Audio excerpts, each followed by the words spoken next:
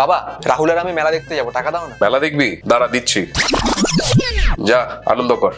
বাবা, 50 টাকা একটা ভালো চাবির রিংও হয় না, মেলা কি করে দেখবো? তা কত টাকা লাগবে আপনার নবাবপুত্তুর? কমপক্ষে 200 থেকে 300 টাকা তো দাও। দেখো দেখো তোমার ছেলে কিভাবে পয়সা ওড়াচ্ছে। নবাবপুত্তুরের নাকি 300 টাকা লাগবে মেলা দেখতে, আর আমাদের সময় আমরা 50 টাকা নিয়ে বিদেশ ভ্রমণ করে আসতাম।